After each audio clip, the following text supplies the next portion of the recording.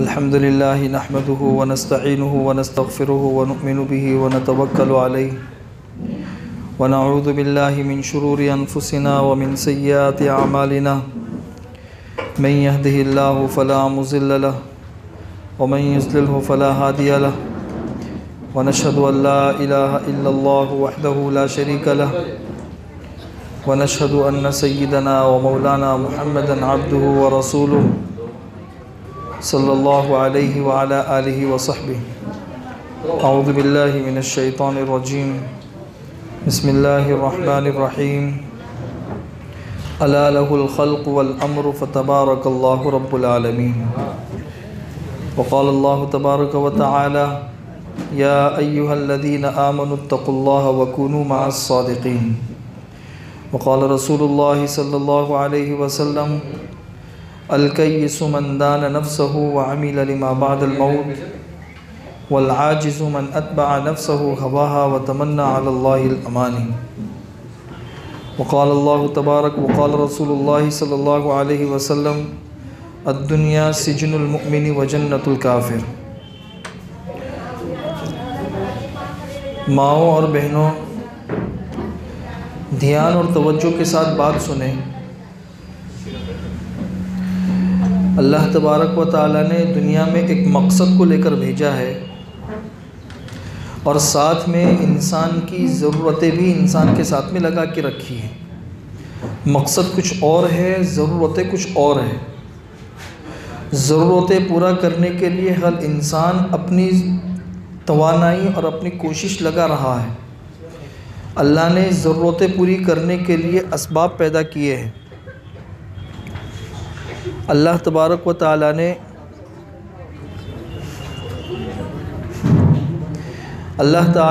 इंसान की ज़रूरतों को पूरा करने के लिए असबाब पैदा किए हैं। इंसान को अल्लाह तबारक व तआला ने दो चीज़ों से मिलाकर बनाया है। एक इंसान का जिस्म है और दूसरी इंसान की रूह है। इंसान का जिस्म ये ज़मीन से, मिट्टी से पैदा हुआ है और इंसान की रूह अल्लाह तबारक व तआला ने अपने अम्र और हुक्म से आसमानों से भेजी है।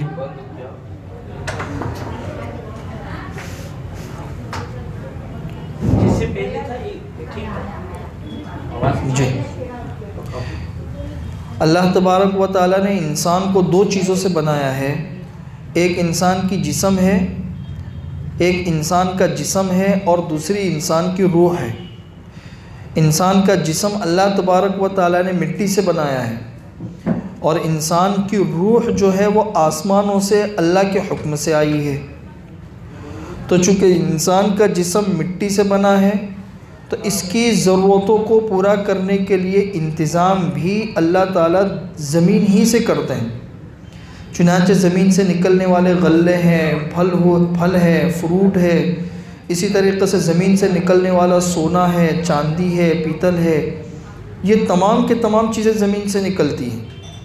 इसलिए कि ये इंसान की जिस्मानी ज़रूरतों को पूरा करती है ये चीज़ें।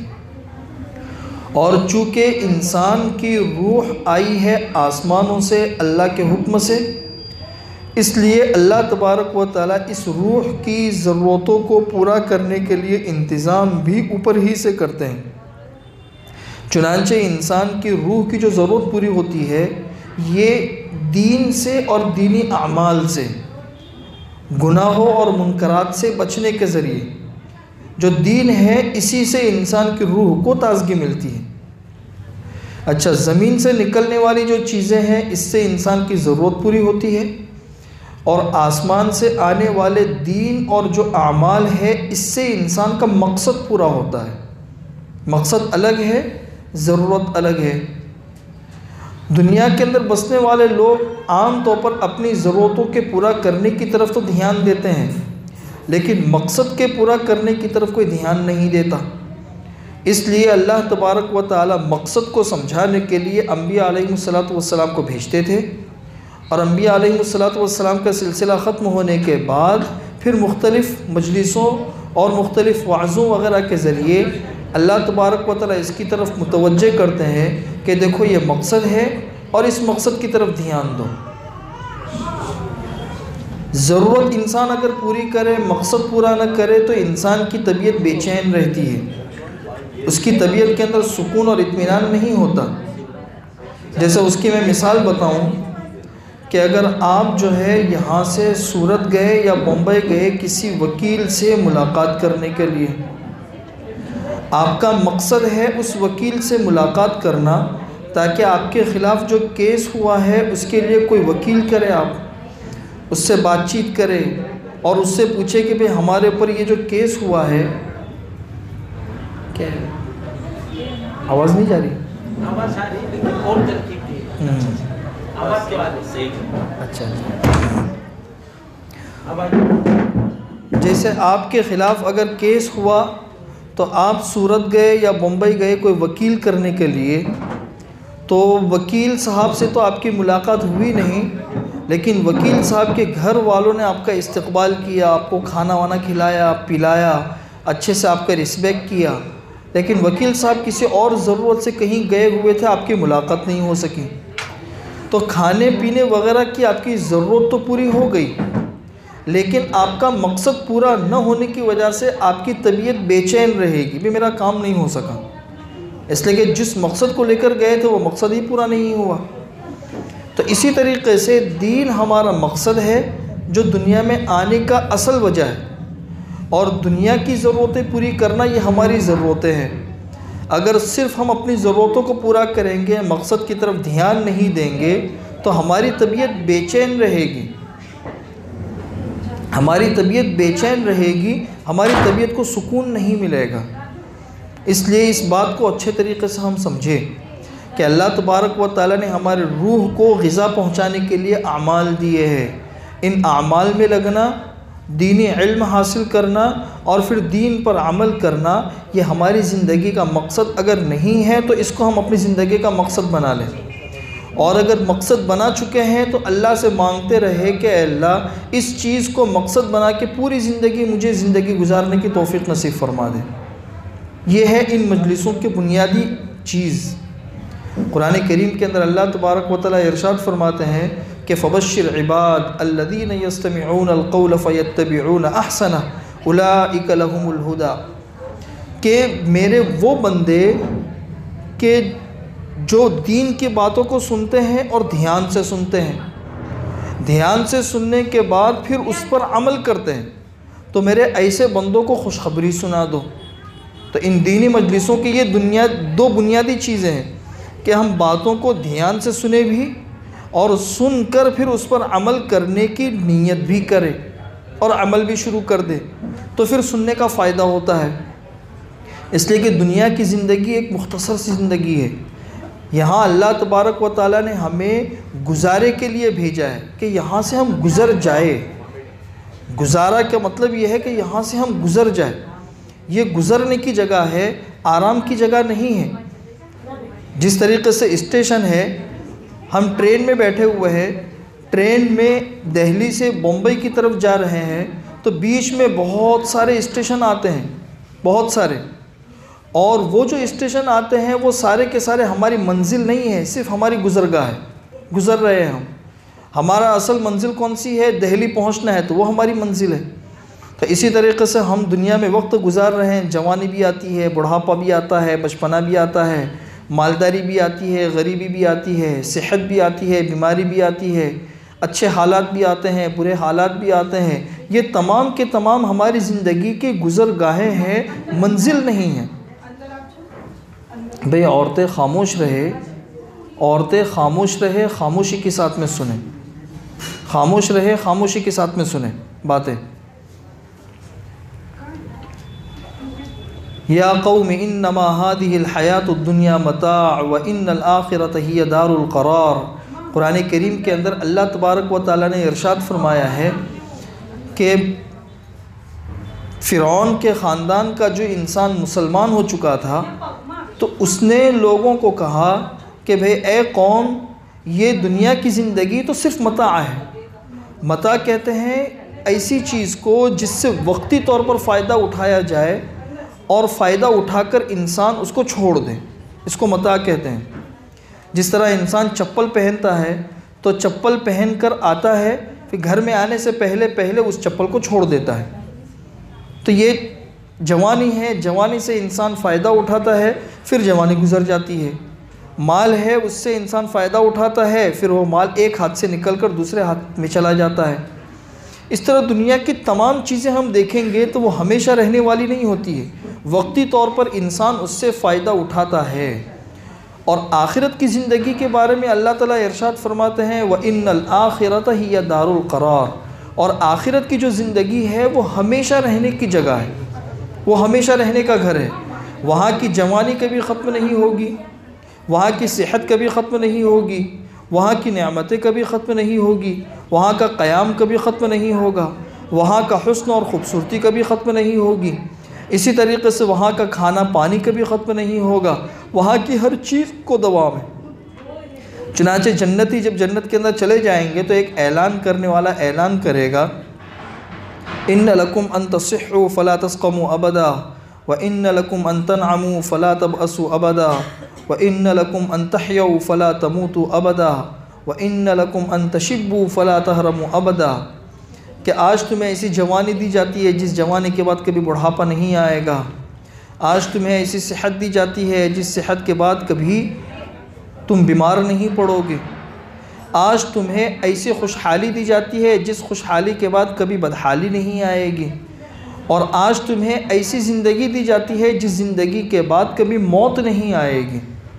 तो ये दुनिया आखिरत की तमाम चीज़ें हमेशा रहने वाली है, इसलिए हम अपनी दुनिया की मुख्तसर सी और वक्ती ज़िंदगी से अपने आखिरत के लिए कुछ तोशा तैयार कर लें। व तज़व्वदू फ़इन्न खैरज़्ज़ादि तक़वा वत्तक़ून या उलिल अलबाब, कि दुनिया से तोशा इख्तियार कर लो और सबसे बेहतरीन तोशा जो है वो तक़वा है। सबसे बेहतरीन तोशा कि हम अपनी ज़िंदगी को मुकम्मल दीन के अंदर ढाल दें, हमारी नमाज़ें भी अच्छी हो, हमारी इबादतें भी अच्छी हो, हमारा ईमान भी अच्छा हो, आखिरत की ज़िंदगी के ऊपर यकीन हो और आखिरत की ज़िंदगी को सामने रखते हुए हम काम करने वाले बने, अल्लाह और उसके रसूल की बातों के ऊपर यकीन और ईमान हो। ये वो सिफ़ात है जिन सिफ़ात का होना हमारे अंदर ज़रूरी है। हज़रत अबान रज़ी अल्लाह ताला अन्हु, हज़रत उस्मान बिन अफ़्फ़ान रज़ी अल्लाह ताला अन्हु के सहाबज़ादे थे, वो बैठे हुए हदीस बयान कर रहे थे, भाई औरतें आवाज़ न करें। आप लोगों में से कोई कहे इनको, किसकी आवाज़ सुनेंगी?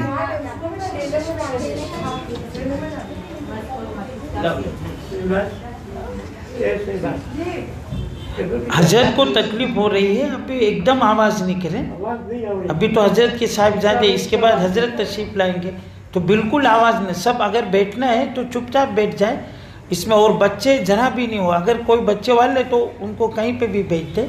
दो बातों का खास तौर से है, एक बच्चे वो न रखे, दूसरे एक ही आवाज़ न करे, किसी को बुलाना हो तो करीब बैठा दे। वो औरतों को मिल के जुड़ के बैठे तो जगह का मसला है, और खाली पूरी करते, और फिर ऊपर भी है बैठने का, और जगह पूर कर लें और वसी रखे, ज़्यादा ऐसा भी नहीं सबको अपने करीब कर ले, ज़्यादा जगह खाली ना रखे। और अगर नीचे जगह हो गई पुर तो ऊपर भी जगह है तो ऊपर भी चले जाए। ऊपर भेजने के लिए किसी को कहे नहीं कि आप चले जाओ, धीरे इशारा से सब बातें, चूँकि गैर महरम नामहरम ये सब सारे बातें का हमारे ये दीन का काम हो रहा है तो शरीयत के तहत, इसलिए ऊपर भेजे बगैर आवाज़ दिए हुए इशारा से कि आप जाए, वरना अगर सब बोलेंगे तो मजमे में इंतशार होगा। इसलिए हजरत को बड़ी तकलीफ़ हो रही। हज़रत अबान रज़ी अल्लाह ताला अन्हु, हज़रत उस्मान बिन अफ़्फ़ान रज़ी अल्लाह ताला अन्हु के साहबज़ादे थे, वो बैठे हुए हदीस बयान कर रहे थे। और हदीस बयान करते हुए उन्होंने इरशाद फरमाया कि हुज़ूर अकरम सल्लल्लाहु अलैहि वसल्लम इरशाद फरमाते हैं कि जो इंसान सुबह के वक्त में बिस्मिल्लाहिल्लज़ी ला यदुर्रु मअस्मिही शैउन फ़िल अर्दि वला फ़िस समाई व हुवस समीउल अलीम, बिस्मिल्लाहिल्लज़ी ला यदुर्रु मअस्मिही शैउन फ़िल अर्दि वला फ़िस समाई व हुवस समीउल अलीम, जो इंसान सुबह के वक्त 3 मरतबा पढ़ ले तो शाम तक कोई हादसा उसको नहीं पहुँचेगा। शाम के वक्त पढ़ ले तो सुबह तक उसको कोई हादसा नहीं पहुँचेगा, बीमारी नहीं आएगी या किसी भी किस्म का कोई हादसा नहीं होगा। तो जब हज़रत अबान रज़ी अल्लाह ताला अन्हु ये हदीस बयान कर रहे थे तो बयान के दौरान एक शख्स था, वो घूर घूर के हज़रत अबान को देख रहा है। हज़रत अबान को लकवा लगा हुआ था, लकवा। तो हज़रत अबान ने कहा कि भाई तू मुझे घूर घूर के क्या देख रहा है? फिर वो कुछ नहीं बोला। हज़रत अबान ने कहा कि भाई घूर घूर के क्या देख रहे हो, ज़रा मुझे बताओ तो मैं आपका जो जवाब है, आपका सवाल है, उस सवाल का जवाब दे सकूं। फिर हज़रत अबान ने इरशाद फरमाया कि शायद तू ये सोच रहा होगा कि मैं हदीस तो बयान कर रहा हूँ कि जो सुबह के वक्त में ये दुआ 3 मरतबा पढ़ ले तो शाम तक कोई हादसा नहीं पहुँचेगा, शाम के वक्त 3 मरतबा पढ़ ले तो सुबह तक कोई हादसा नहीं पहुँचेगा।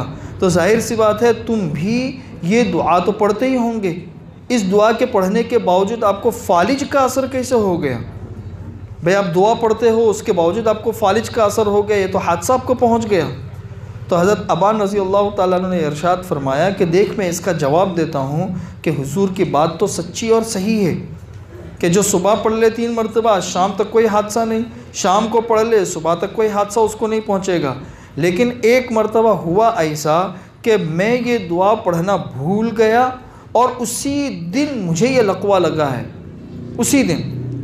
तो अल्लाह तबारक व ताला को अपनी तकदीर नाफिज करनी थी, तो अल्लाह तबारक व ताला ने उनके जहन से भुला दिया, वो पढ़ना भूल गए और अल्लाह तबारक व ताला की तकदीर भी नाफिज हो गई। ये था यकीन का मेयार, यकीन का मेयार। एक और सहाबी है, वो इरशाद फरमाते हैं कि अऊज़ु बिकलिमातिल्लाहि ताम्माति मिन शर्रि मा खलक़, ये दुआ है हुज़ूर अकरम सल्लल्लाहु अलैहि वसल्लम की। और हुज़ूर अकरम सल्लल्लाहु अलैहि वसल्लम ने इरशाद फरमाया है कि जो इंसान सुबह के वक्त में 3 मरतबा पढ़ लेगा तो कोई भी जहरीला जानवर उसको डंक नहीं मार सकता है, डंक मार भी देगा तो उसके जहर का कोई असर नहीं होगा। शाम को पढ़ लेगा तो सुबह तक अल्लाह तबारक व तआला जहरीले जानवरों वगैरह से हिफाजत फरमाएंगे। वो रावी कहते हैं कि हमने अपने घर के अंदर तमाम लोगों की ये आदत बना दी थी, घर की औरतें, बच्चे, ग़ुलाम, बांदिया, सब लोग इस दुआ को पढ़ते थे और फिर उसके बाद सोते थे। एक रात इत्तेफाक ऐसा हुआ कि हमारे घर के अंदर एक बांदी थी काम करने वाली, उसको सांप ने डंक मार दी और इतना ख़तरनाक और जहरीला सांप था, लेकिन उसका जहर ज़रा बराबर भी असर नहीं किया। ये इस दुआ के पढ़ने की बरकत थी। यकीन के साथ में वो पढ़ते थे और अपने घर के अंदर रहने वाले लोगों की उन्होंने ये आदत डाल दी थी। तो अल्लाह तबारक व ताला ने इसका असर भी दिखाया कि इस दुआ को पढ़ा, सांप ने डंक भी मारी, फिर भी उसका कोई असर और जहर नहीं चढ़ा। ये यकीन का मेयार था। अब्दुल्लाह इब्न मसऊद रज़ी अल्लाह ताला अन्हु के इंतकाल के वक्त में हज़रत उस्मान गनी रज़ी अल्लाह ताला अन्हु बहुत सा माल लेकर आए।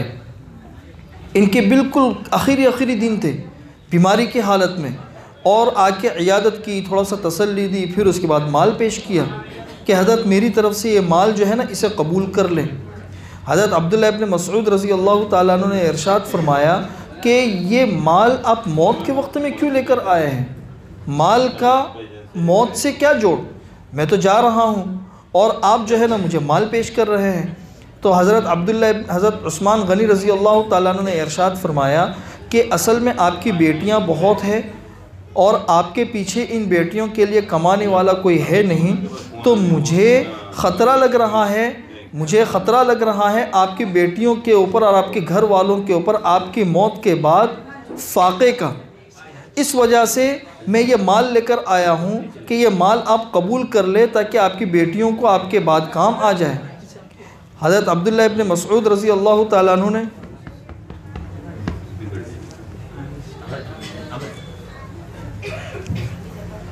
हज़रत अब्दुल्लाह इब्न मसऊद रज़ी अल्लाह ताला अन्हु ने इरशाद फरमाया कि देखो मैं एक हदीस आपको बताता हूँ कि मैंने हुज़ूर अकरम सल्लल्लाहु अलैहि वसल्लम को ये इरशाद फरमाते हुए सुना है कि जो इंसान रात के वक्त में सूरह वाक़िया पढ़ लेता है तो कभी भी वो फ़ाक़े से नहीं गुज़र सकता।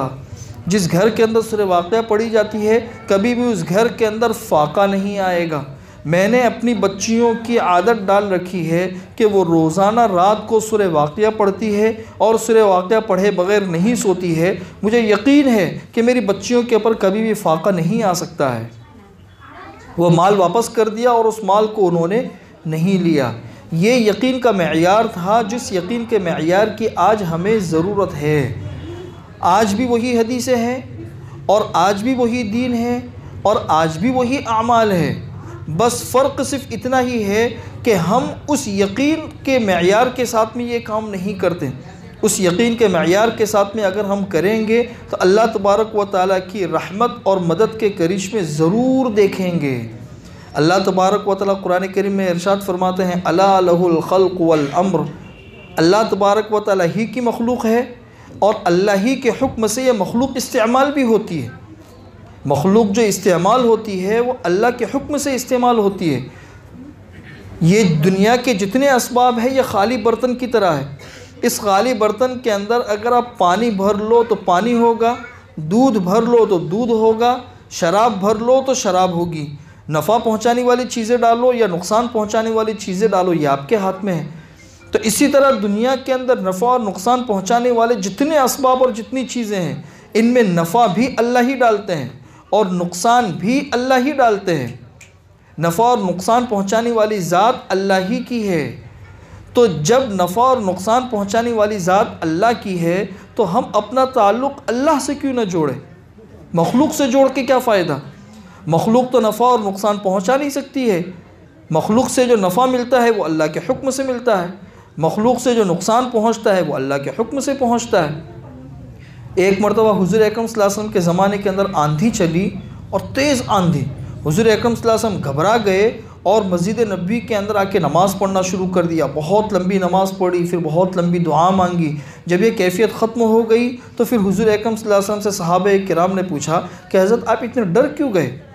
हुज़ूर अकरम सल्लल्लाहु अलैहि वसल्लम ने इरशाद फरमाया कि मैं डरा इस वजह से हूँ कि कौम आद थी, वो भी इस तरीक़े से सज़ा पहुँचाई गई जिसको कुरान करीम ने इरशाद फरमाया है, फ़लम्मा रअवहु आरिदुम मुस्तक़बिल अवदियतिहिम क़ालू हाज़ा आरिदुम मुमतिरुना बल हुवा मस्तअजलतुम बिह रीहुन फ़ीहा अज़ाबुन अलीम।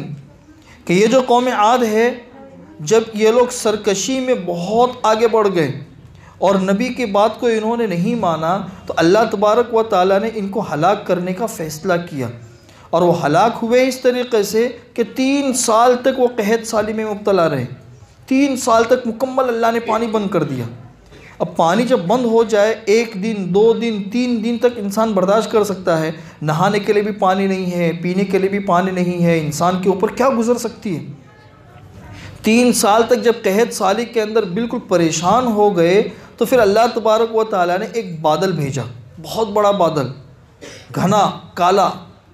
और काला बादल जो होता है वो इस बात की निशानी होती है कि बहुत ज़बरदस्त उसके अंदर पानी है।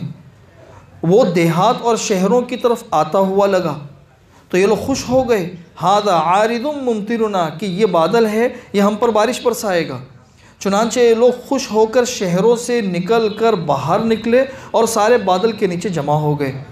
वो जो बादल के नीचे जमा हो गए तो उनको लगा कि इस बादल से पानी बरसेगा, लेकिन बादल से पानी नहीं, बादल के अंदर से तो अंगारे निकलने लगे, धुआं निकलने लगा, आग निकलने लगी और इस आग, अंगारे और धुएं ने इनको हमेशा के लिए ख़त्म कर दिया। तो देखो, बादल है, एक सबब है। अल्लाह तबारक व तआला बहुत सी मरतबा उसके अंदर से नफ़ा निकालते हैं और कभी कभी अल्लाह ताला उसके अंदर से नुकसान भी निकालते हैं। तो हुज़ूर अकरम सल्लल्लाहु अलैहि वसल्लम ने इरशाद फरमाया कि मुझे इसी बात का डर था कि ये बादल आया है, कहीं ये हमको नुकसान पहुंचाने के लिए तो नहीं आया है, कि ये मैंने दुआ की ताकि ये नुकसान न पहुंचाए, हमें नफ़ा पहुंचाने वाला बने। तो नफ़ा और नुकसान पहुंचाने वाली ज़ात अल्लाह ही की है। ये समंदर है, इसी समंदर के अंदर अल्लाह तबारक व तआला ने फ़िरऔनियों को डुबा दिया और हज़रत मूसा अलैहिस्सलातु वस्सलाम और उनके मानने वालों के लिए रास्ते पैदा कर दिए। सबब एक ही है, उसी सबब को अल्लाह किसी के लिए नफ़े वाला बना रहे हैं, किसी के लिए नुकसान वाला बना रहे हैं। आग है, नुकसान पहुंचाने वाली चीज़ है, इसी को अल्लाह ताला किसी के लिए नफ़े का सबब बना देते हैं। तो नफ़ा और नुकसान पहुंचाने वाली ज़ात सिर्फ़ और सिर्फ अल्लाह ही की है। खंदक के मौके पर हुज़ूर अकरम सल्लल्लाहु अलैहि वसल्लम ने 13 साल मक्का के अंदर कुर्बानियाँ दी।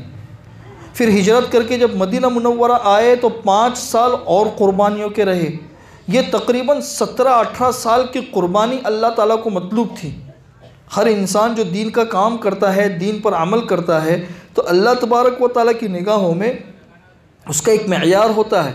उसकी कुर्बानी और उसका दीन एक मेयार तक पहुँचता है तो फिर अल्लाह ताला हालात के बदलने के फ़ैसले करते हैं। जब तक उस मेयार तक इंसान की कुर्बानी और इंसान का दीन नहीं पहुंचता, उस वक्त तक अल्लाह की तरफ से मददें नहीं आती है, हालात नहीं बदलते।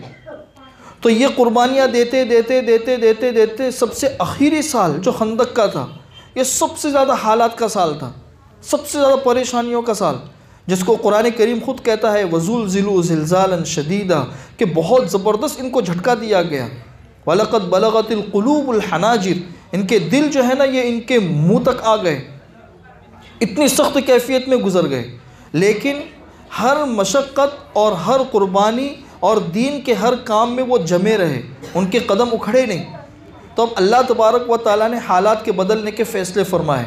ज़ाहिरी सबब मुशरिकीन मक्का से लड़ने के लिए कुछ भी नहीं था, इसलिए कि सारा अरब लड़ने के लिए आया हुआ है। तो अल्लाह तबारक व तआला ने असबाब के बग़ैर अपनी गैबी कुदरत से मदद फरमाई और हवा भेज दी। इस हवा के ज़रिए मुशरिकीन मक्का जो थे कुरैश, इनके कदम उखड़ गए। हुज़ूर इरशाद फरमाते हैं नुसिरतु बिस्सबा, सबा हवा के ज़रिए मेरी मदद की गई। ज़ाहिरी सबब कुछ भी नहीं था, अल्लाह तबारक व तआला ने ज़ाहिरी सबब के बग़ैर सिर्फ़ और सिर्फ अपनी कुदरत से हवा भेजी और उन लोगों के कदम उखाड़ दिए। बस ये हालात की तब्दीली के दिन शुरू हो गए। कुरान करीम में अल्लाह ताला इरशाद फरमाते हैं यूलिजुल लैल फिन नहार व यूलिजुन नहार फिल लैल, अल्लाह तबारक व तआला रात को दिन में दाखिल करते हैं, दिन को रात में दाखिल करते हैं, रात को दिन में दाखिल करते हैं और दिन में रात को दाखिल करते हैं। आपने देखा होगा कि कभी रात लंबी होती है, कभी दिन लंबा होता है। ठंडियों के अंदर रातें लंबी होती है, गर्मियों के अंदर दिन लंबे, गर्मियों के अंदर उसका उल्टा होता है। तो ये तो अल्लाह ने एक मिसाल बयान की है दुनिया के हालात को सामने रखते हुए कि दुनिया नज़र जो आने वाली है, इसके अंदर देखो कि कभी हम रात लंबी कर देते हैं, दिन छोटा कर देते हैं, कभी दिन लंबा कर देते हैं, रात छोटी कर देते हैं, और रात ख़त्म करके दिन ले आते हैं, दिन ख़त्म करके रात ले आते हैं। ये तो एक मिसाल है। ये मिसाल देकर समझाना ये चाहते हैं कि इसी तरह इंसानों की ज़िंदगी में आने वाले जो हालात हैं वो भी हमेशा नहीं रहते, न दिन हमेशा रहता है न रातें हमेशा रहती है, बल्कि ये हालात बदलते रहते हैं। कभी इंसान बुरे हालात में होता है तो अल्लाह ताला अच्छे हालात लेकर आ जाता है, कभी इंसान अच्छे हालात में होता है और नाशुक्री करता है तो बुरे हालात आ जाते हैं, और कभी बुरे हालात लंबे होते हैं और कभी अच्छे हालात लंबे होते हैं। हर इंसान की ज़िंदगी इसके बीच में गुज़रती रहती है। इसलिए हमसे तो मुतालबा इसी बात का है कि काम करते रहे, दीन पर जमे रहे, दीन को अपनी ज़िंदगी के अंदर दाखिल करते रहे, सही इल्म हासिल करके सही इल्म दूसरों तक पहुंचाते रहे। बस ये मेहनत करते रहने से हमें नहीं पता कि अल्लाह तबारक व तआला के यहाँ हमारी क़ुरबानियों का कितना मयार है जो मतलूब है। जब हमारी क़ुरबानियाँ और हमारा दीन चलते चलते चलते उस मयार तक पहुँच जाएगी तो अल्लाह तबारक व तआला ख़ुद ब खुद हालात के बदलने के फ़ैसले फ़रमाएँगे। जिस तरह अगर कुएं से पानी निकालना हो तो कुएं से पानी निकालने के लिए डोल भी ज़रूरी है, रस्सी भी ज़रूरी है, खींचने वालों की भी ज़रूरत है, और पानी जितना नीचे होगा उतने नीचे तक डोल का डालना ज़रूरी है। इन तमाम चीज़ों के इख्तियार करने के बाद फिर पानी इंसान को मिलता है, उसके बग़ैर नहीं मिलता। तो इसी तरीके से एक मरतबा नमाज़ पढ़ ली, कुछ दिन तालीम कर ली, कुछ दिन इल्म हासिल कर लिया और फिर हम ये सोचें कि अब हमारे हालात बदल जाए, ऐसा नहीं है, बल्कि इन तमाम चीज़ों की ज़रूरत है। ये तमाम के तमाम दुनिया की ज़रूरतें पूरी करने के लिए असबाब होते हैं और इंसान की रूहानी ज़रूरतें पूरी करने के लिए आमाल होते हैं। आमाल अल्लाह तबारक व तआला ने ईमान वालों को आमाल दिए हैं अपनी ज़रूरतें पूरी करने के लिए। इसलिए इस बात को अच्छे तरीके से हम समझें, हम अपने दिल की सफाई की कोशिश करें, सोचे समझे, अल्लाह की नेमतों की शुक्रगुजारी करें। सुबह से शाम तक कम से कम 5 मिनट, 10 मिनट, 15 मिनट, रोज़ाना नहीं तो हफ्ते में एक मरतबा, हफ्ते में एक मरतबा नहीं तो महीने में एक मरतबा वक्तन फ़वक्तन तन्हाई में बैठ कर हम सोचने की आदत डालें। फ़िक्र, अल्लाह तबारक व तआला ने ये फ़िक्र और सोचने का एक अमल हमको ऐसा दिया है कि जिससे बहुत गफलत हो रही है। हम सोचने की आदत ही नहीं डालते। आजकल तो सोचने का मिजाज ही लोगों के अंदर से ख़त्म हो गया। सोचने का मिजाज, सोचना क्या है, अल्लाह ने हम पर क्या क्या नेमतें रखी है, अल्लाह ने हमें किन किन नेमतों के अंदर रखा है। अल्लाह की नेमतें सोचेंगे तो अल्लाह की मोहब्बत पैदा होगी। इसी तरह सोचना ये है कि मेरे से क्या क्या गलतियाँ हुई, मेरे से हसद हुआ, बुग़्ज़ हुआ, झूठ हुआ, बेनमाजी वाली ज़िंदगी न जाने कितनी मरतबा गुज़र गई, और किसी की ग़ीबत हो गई। जितने गलत काम हैं अपने से हुए हैं, इसके बारे में सोचें। हम अपने माजी की कोताहियों के ऊपर गौर करेंगे तो हमें तौबा और इस्तिग़फ़ार की तौफ़ीक़ मिलेगी। और अगर हम अपनी गलतियों के बारे में सोचना छोड़ देंगे तो हमारी निगाहें दूसरों के अयूब के ऊपर पड़ेगी। देखो फ़लानी ने ऐसा किया, फ़लानी तो ऐसी है, उससे तो अच्छी मैं हूँ। हज़ार किस्म की अपनी खूबियाँ सामने आएगी और दूसरों की बुराइयाँ हमारे सामने आएगी। इसलिए हम तन्हाइयों में बैठकर अपनी बुराइयों को सोचना हम शुरू करें और दूसरों की अच्छाइयों को सोचना शुरू करें, तो मुआशरे के अंदर इत्तेहाद और इत्तिफ़ाक़ पैदा होगा और हज़ारों किस्म की बुराइयों से हम बच जाएंगे। इसी तरीक़े से जन्नत की नेमतों के बारे में हम सोचें। जन्नत में अल्लाह तबारक व तआला ने खाने पीने रखे हैं, आराम रखा है, बागीचे रखे हैं, और न जाने वहाँ की कैसी कैसी नेमतें अल्लाह तबारक व तआला ने रखी है। जन्नत की नेमतों के बारे में सोचेंगे तो आमाल की रग़बत बढ़ेगी। इसी तरह मौत के बाद की हलाकतों के बारे में सोचें। पुल सिरात पर से गुज़रने की जो कैफ़ियत है, फिर वहाँ से जहन्नम में कट कर गिरने की जो कैफ़ियत है, क़ब्र के अंदर अज़दहो और सांप बिच्छू की जो कैफ़ियत है, जहन्नम के खौफनाक जो मनाजिर है, हशर के मैदान की अब तक जितनी बातें हमने पढ़ी और सुनी है, अब इसको सोचना है। इनको अगर हम सोचेंगे तो बहुत सारे गुनाहों और मासी से अल्लाह तबारक व तआला हमें बचने की तौफ़ीक़ देंगे। ये सोचना बहुत बड़ी चीज़ है। हज़रत अक़दस मौलाना अशरफ़ अली थानवी रहमतुल्लाह अलैह तो यहाँ तक इरशाद फरमाते हैं कि फ़िक्र और सोच इंसान की ज़िंदगी के अंदर बिल्कुल ऐसी है जैसे घड़ी के अंदर छोटा सा कांटा होता है। घड़ी लाखों रुपए की, लेकिन उसके बीच में छोटा सा जो कांटा होता है वो इतना कीमती होता है कि अगर वो बंद हो गया तो पूरी घड़ी बेकार, और अगर वो चालू है तो 1000 रुपये की घड़ी भी इंसान को काम देगी और फ़ायदा पहुंचाएगी। तो इसी तरह इंसान की पूरी ज़िंदगी के अंदर सोच और फ़िक्र की मिसाल उसी घड़ी की तरह है। अगर हमारे अंदर सोचने का मिजाज है और सोच समझकर काम करने का मिजाज है तो अल्लाह तबारक व तआला हमारी 1000 रुपये वाली ज़िंदगी को भी करोड़ों रुपए जैसी कीमती बना देंगे। और अगर सोचने का मिजाज नहीं है, जो मन में आया कर लिया, जो दिमाग में आया कर लिया, जिसके बारे में जो चाहा बोल दिया, किसी किस्म की कोई परवाह नहीं, कोई फ़िक्र नहीं, जैसी ज़िंदगी गुज़र रही है वैसी गुज़र रही है, तो करोड़ों रुपए की ज़िंदगी थी, ठीकरों के अंदर हमारी ज़िंदगी बिकेगी। इसलिए हम अपनी ज़िंदगी को मेयारी बनाने की कोशिश करें। अपनी ज़िंदगी को, जो इंसान जब तक हालात के अंदर तपता नहीं है तब तक सोना, जब तक भट्टी के अंदर तपता नहीं है तब तक उसके ऊपर से जंग ख़त्म नहीं होता है और उसकी मार्केट के अंदर कीमत नहीं लगती है। हाँ, जब उसको भट्टी के अंदर डाल दिया गया फिर वो निखरेगा और निखरने के बाद मार्केट में आएगा, फिर उसकी वैल्यू लगेगी। इसी तरीक़े से हम में से हर एक की ज़िंदगी दुनिया के हालात की भट्टी में जब तक नहीं गुजरेगी तब तक इंसान कंदन नहीं बनेगा, तब तक इंसान सोना नहीं बनेगा।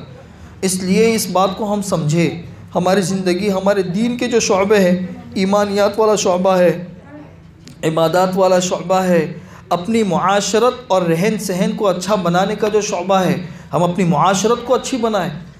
मुआशरत, रहन सहन, घर के अंदर हम जिन लोगों के बीच में रहते हैं, वालिदैन के बीच में रहते हैं, शौहर के बीच में रहते हैं, बच्चों के बीच में रहते हैं, किसकी क्या ज़िम्मेदारी है हम पर।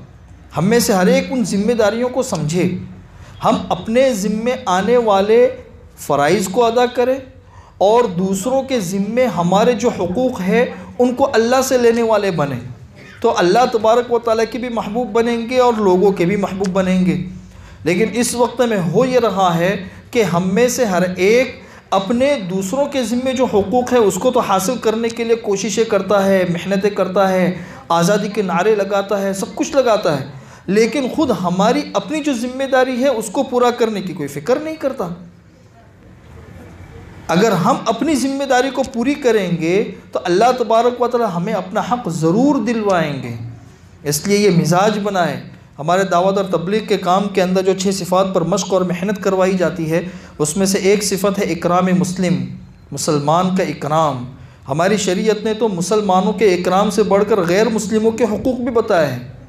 गैर मुस्लिमों के हुकूक़ भी बहुत दूर की बात है, इंसानों के हुकूक़ से बढ़कर जानवरों तक के हुकूक़ बताए हैं।